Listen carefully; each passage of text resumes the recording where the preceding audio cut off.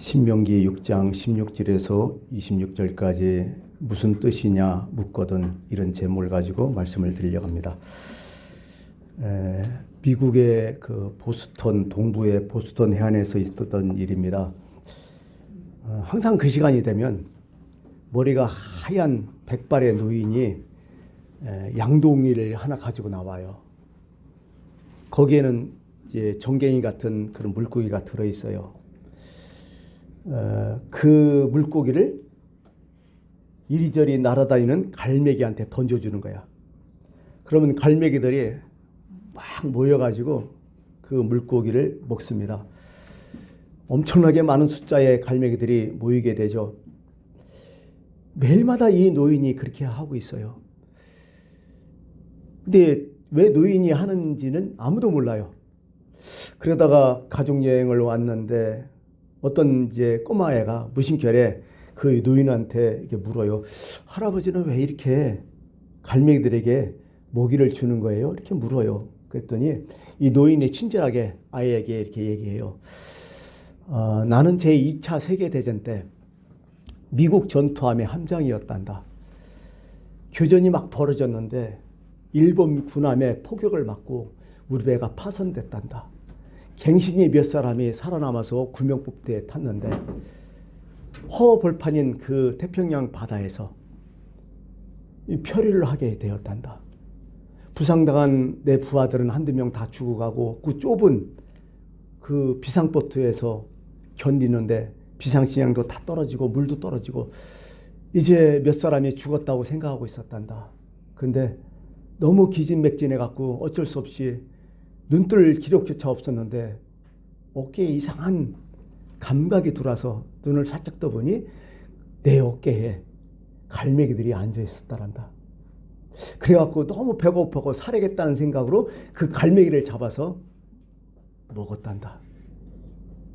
그러나서 며칠 후에 발견되어 구사일생으로 구조되었단다. 지금도 생각하면 그 갈매기를 보내주신 하나님과 그 갈매기에게 늘 감사한 마음을 가지고 있단다.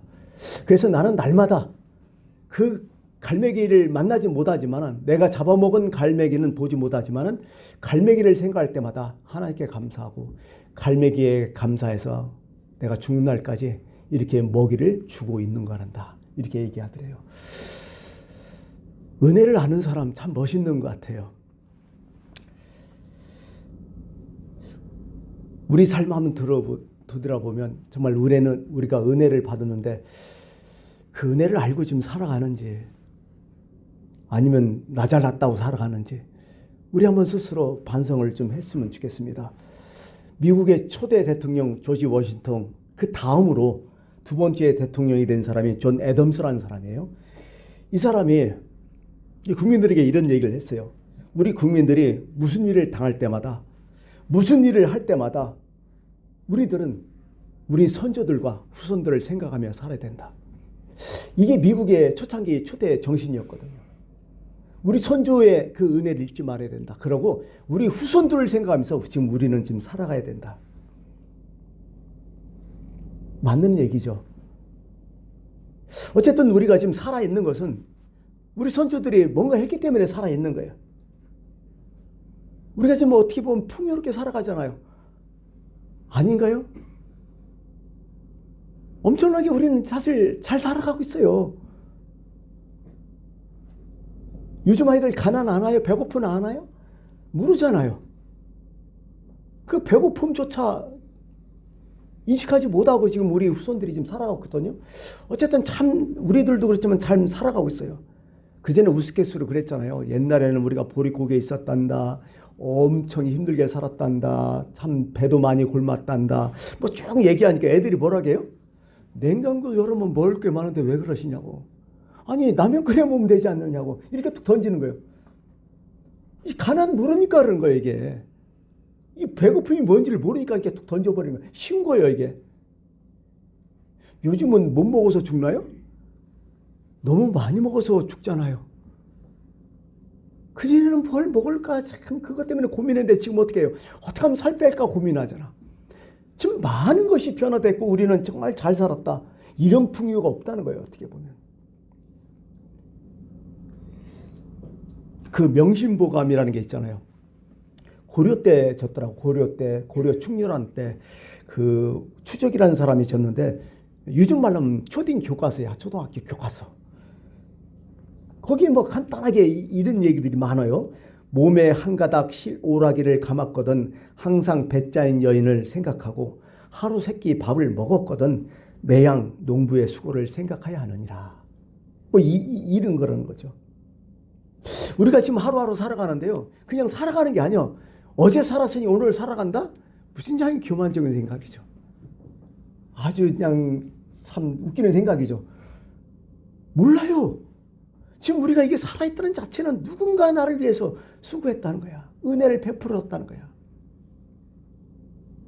지금 우리가 이 집에서, 이 장소에서 우리가 여러 가지 이제 많은 일도 하고 많은 사회활동도 하고 생활도 하는데 그냥 거제된 게 없는 거예요, 사실은요. 뭔가 누군가의 수고와 땀이 있기 때문에 오늘 우리가 있다는 거, 이것을 추호도 잊으면 안 된다는 거죠. 누군가 당신을 위해 수고했다는 거예요. 그게 부모일 수가 있고 아니 주변 사람일 수가 있고. 여러분들 혼자 컸습니까? 독불장군 있어요? 없잖아요. 근데 늘 우리는 조금 교만해지면 내가 다 했다고, 내 능력이다고, 내가 이렇게 열심히 했으니까 이렇게 잘 산다고. 물론 그런 부분도 있겠죠. 그러나 그게 전부일 수는 없다는 얘기입니다. 또 두 번째는 우리 선조들을 기억해야겠지만은 후손들을 또 기억하며 살아야 된다는 얘기죠. 어느 교육학자가 이런 얘기했어요. 어린 아이의 맑은 눈동자를 보며 부끄럽지 않게 살라. 참 유명한 이야기였어요. 애들의 눈동자를 보면서 당신 자신을 되돌아보면서 부끄럽지 않는 인생을 살아라. 제일 쪽팔린 게 뭐예요? 자식 앞에 부끄러운 인생 아니에요? 아무리 성공했어도 자식 앞에 떳하지 못하면 그거 인생 잘 샀다고 말하지 못하죠.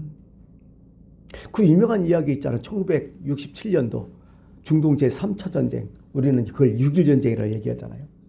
인구 500만의 이스라엘과 그 당시에 이제 뭐 요르단, 이집트, 그다음에 주변 나라들 뭐 시리아, 레바논 이렇게 네 나라하고 2억 명이란 500대 2억 싸움이 벌어졌잖아요. 다들 어떻게 이스라엘이 질 것으로 생각했잖아요. 4대 1이니까. 근데 이스라엘이 이겼단 말이죠. 6일 만에. 우리는 이런 소리를 많이 들었어요. 전쟁이 팡 터졌어요. 각 나라에 유학생들이 많을 거 아니야. 근데 이스라엘 청년들은 어떻게 했다고요? 자진해서 자기 고향으로 막 돌아갔다고. 근데 아랍 청년들은 들어가지 않았다고. 이런 얘기를 많이 들었는데, 근데 실제적으로 내가 책을 보고 여러 가지 보니까요, 그렇지는 않았어요. 전부 다 들어간 건 아니야. 이스라엘 뭐 청년들이 전부 다 들어갔다? 그건 약간 오도된 거예요. 편파보도요. 실제적으로 들어가긴 들어갔어요. 의식 있는 청년들이. 물론 아랍계보다 더 많이 들어간 건 사실이에요. 요즘 이스라엘의 고민이 뭔 줄 알아요? 이스라엘은요, 우리처럼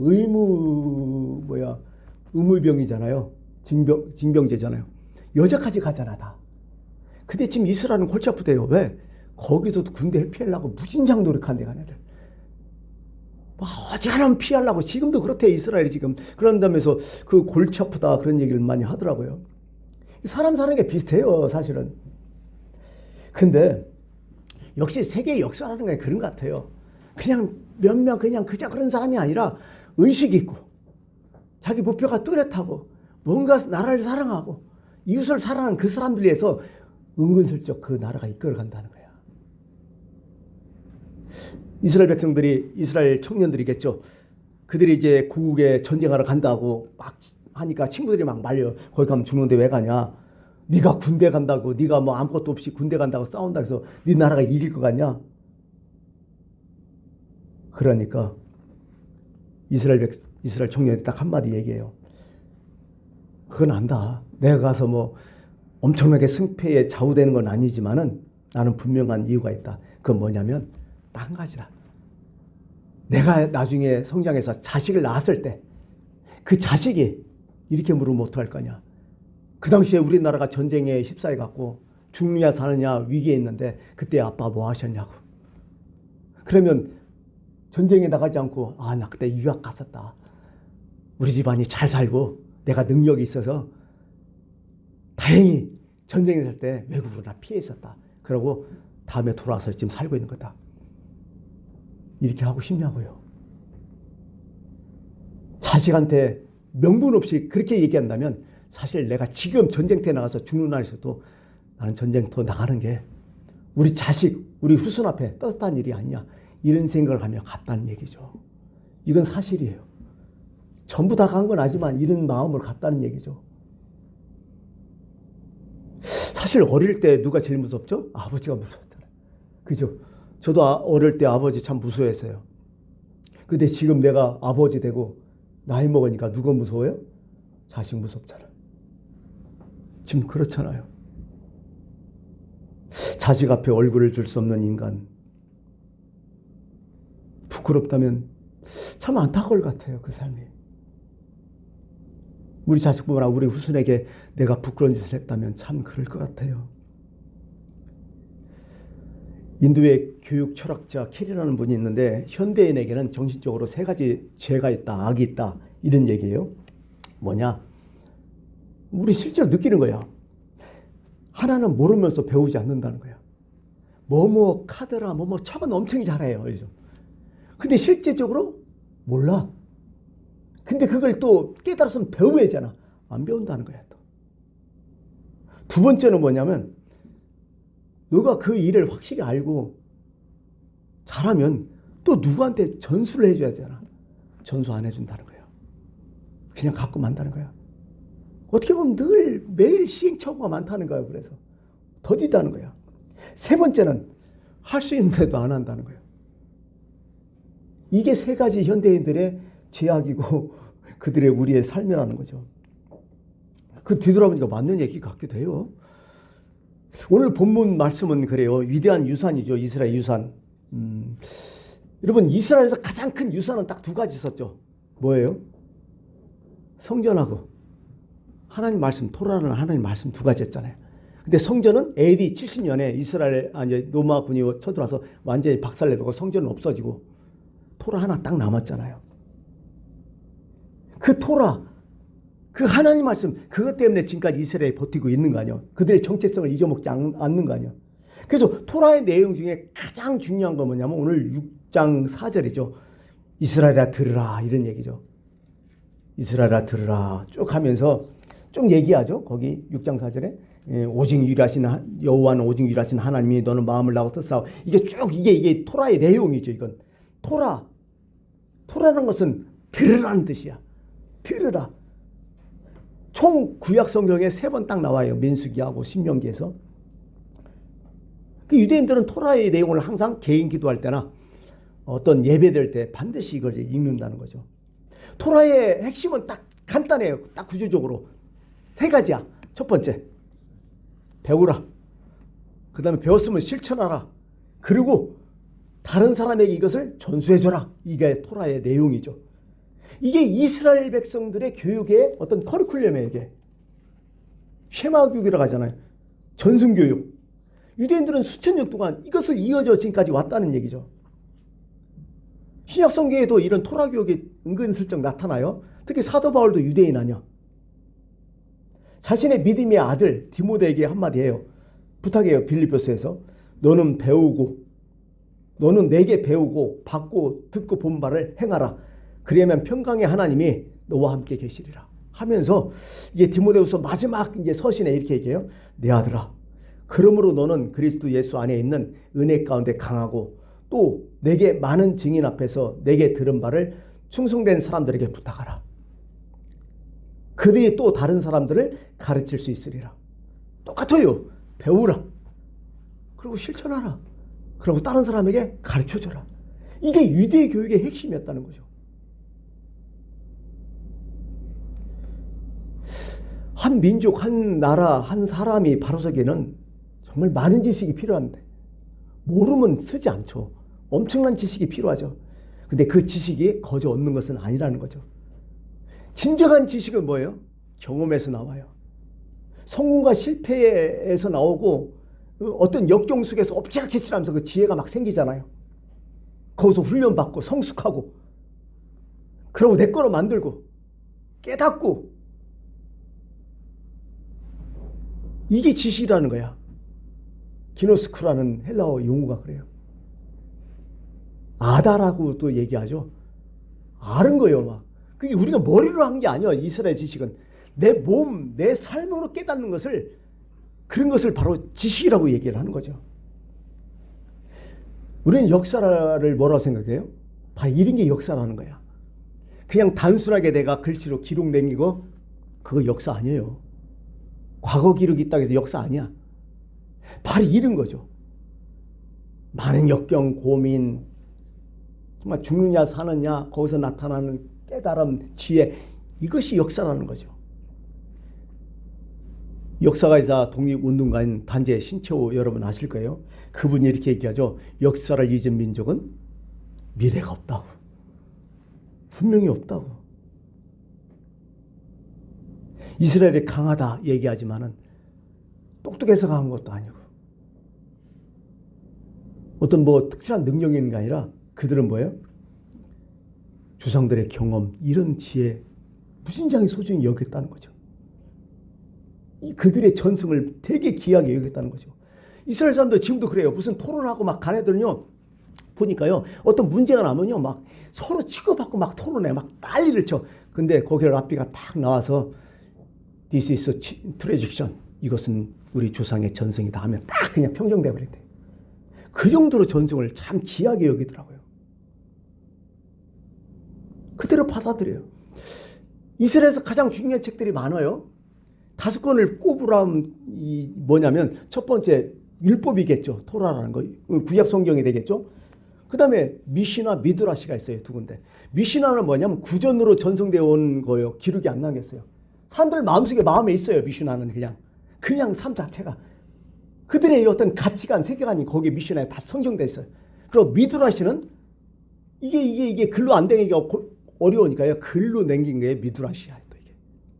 그 중간에 또 뭐가 있냐면 그 말하는 게 있는데요. 아까 얘기했던 하나님의 말씀 토라를 해석을 또 했잖아. 주석을 붙이고. 예. 이렇게 또 하고 여러분들이 잘 아는 탈무드는 뭐예요? 종어편이요. 거기에는요.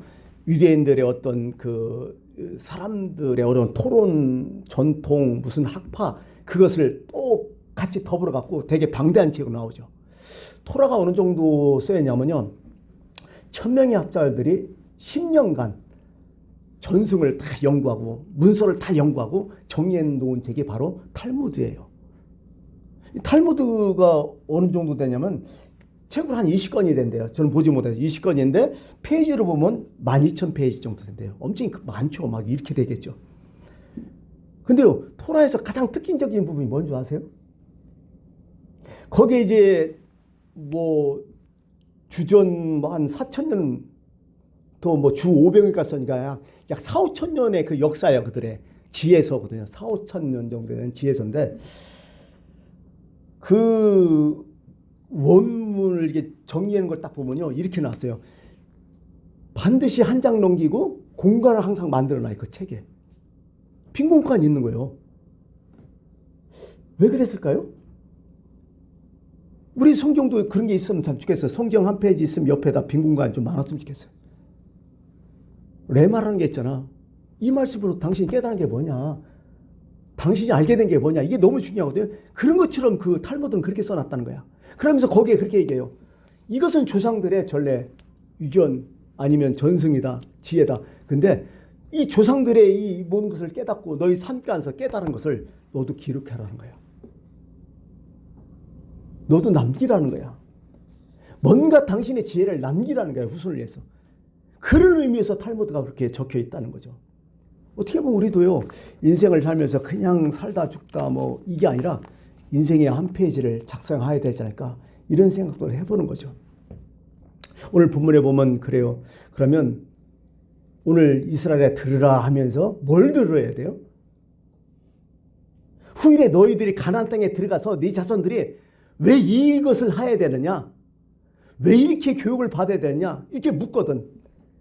왜 하나님 말씀 이 명령을 지켜야 되느냐, 아니면 이 제사 아니면 이 절기를 지켜야 되냐 이렇게 묻거든 뭐라고 대답해야 되냐, 이 문제라는 거죠. 첫 번째, 두 번째 딱 두 가지 나와요. 오늘 말씀에는 이것을 후손에게 가르쳐라. 첫 번째, 너희들은 애굽에서 종이 되었다는 거예요. 너희들은 종이라는 거예요. 원래 너희들은 자유인이 아니었다는 거예요. 애굽에서 노예 생활했다는 거예요. 너희들이 지금 선민이고 아브라함의 후손이고 그건 지금이고 원래 너희들은 종이요 노예라는 거예요. 뭐 선민아 쓰잘데없는 소리 하지 말라는 거예요. 지금 원래가 뭐냐는 걸 깨달으라는 거예요. 애굽의 종이었다. 왕족도 아니고 뼈대 있는 집안도 아니고 뭐 웃기는 소리 하지 말아라. 족보 자랑하지 말라고. 바로 이 뜻이에요. 이게 족보 내면서 체면 허례 이런 거 그 나라 망한다고요. 사실 어떻게 보면 지금도 우리 관원성제 되게 허례허식 많잖아요. 무신장기 체면 문화 많잖아요. 쓸데없이 허세불에다가 돈 엄청 쏟아붓잖아요. 뼈대 가문 별것도 아니잖아요. 요즘은 돈 버는 거 출세 큰 고위직 이런 거요 벼슬하는 거. 사실 원래 우리 조상 그렇지 않았는데 유교학자들은 좀 기분 나쁘겠지만은 우리나라에 성리학이 들어오면서 나라 개판 치는 거예요. 그 차별을 엄청나게 심하게 하는 거예요. 조선 초기보다 더 조선 중기 후기 들면서 더 심해졌어요. 그러다 나라 말해먹었잖아요. 일본한테. 그 남녀 성차별이 있죠. 차별도 많은데 남녀 성차별이 나왔길래 한번 신분 차별은 참 심각했지만은 남녀 성차별도 대단했어요. 어떻게 했냐? 조선시대 5대 성차별 이게 나왔더라고요. 첫 번째 뭐냐? 남자는 절대로 음식을 하면 안 된다. 두 번째, 육아는 여자들의 전유물이다. 세 번째, 남자는 상에서 여자는 바닥에서 밥을 먹어야 된다. 네 번째, 남편은 아내에게 반말을 하고 아내는 남편에게 존댓말을 해야 된다. 다섯 번째, 여자는 재산상속 받으면 안 된다. 이게 조선시대 성차별이에요. 내가 여러 가지 중에 지금 하나를 딱 대표적으로 얘기한 거야. 그러니 나라가 안 망해요? 양반 하지만 솔직히 양반들이 나라 망쳤잖아. 그들 기득권 때문에 다 싸움 받고요. 근데 성경은 반대로 얘기해요. 이스라엘 백성들아 생각해라. 너희들 양반 아니다. 왕족도 아니다. 원래 너희 선민도 아니다. 너희들은 진짜 노예였었다. 옛날 자랑하지 말라. 족보 자랑하지 말라. 뼈대 자랑하지 말라. 이 짓 하며 살지 말라는 거예요. 너희들의 근본 문제 원래 누구였냐가 너무 중요하다는 거예요. 돈 벌었다고 무슨 벼슬 했다고. 요즘 대부분 텔레비에 나온 것은 다 그런 것들 아니에요. 엄청나게 출세한 이런 사람들. 그러면 조용히 자기 일 하면서 열심히 부지런히 성실하게 하면서 착하게 사는 사람들은 그럼 망한 사람이야? 실패한 사람이야? 웃기는 소리 아니야 이거? 사실 나라 망친 거 다 벼슬아치를 아니에요?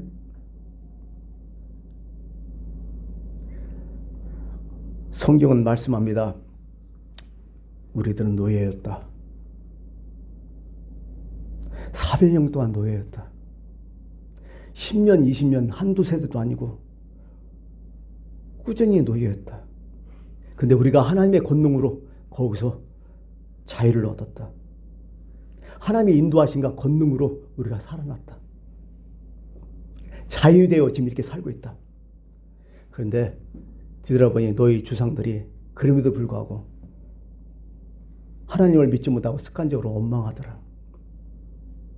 뭐 없다 자꾸 원망했더라.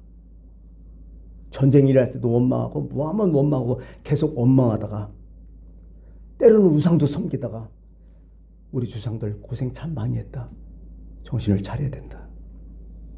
이게 바로 이 뜻이에요. 이게